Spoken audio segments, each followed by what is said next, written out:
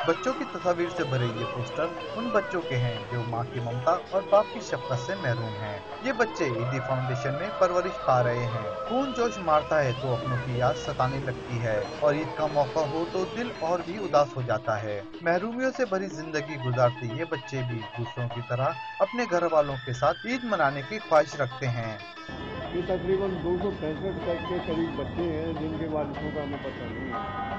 हर साल एक और भी हम प्रोग्राम करते हैं कि बसों में बच्चे लेके निकलते हैं। वो थ्रू आउट इंटीरियर सिंध के बाद पंजाब फ्रंटियर तक जाती है बस, और उसमें जहाँ जाके वो पते बताते हैं जिन शहरों के वहाँ जाती है, मस्जिदों से वहाँ रुका है, उन इलाकों में गश्त करते हैं। अगर वारिस मिल जाए तो उनके सुपुर्द करते हैं। ये हर साल की तरह इस साल भी हमारी कोशिश है कि ज़्यादा से ज़्यादा बच्चे जो हैं उनके वारिसों तक पहुँचें।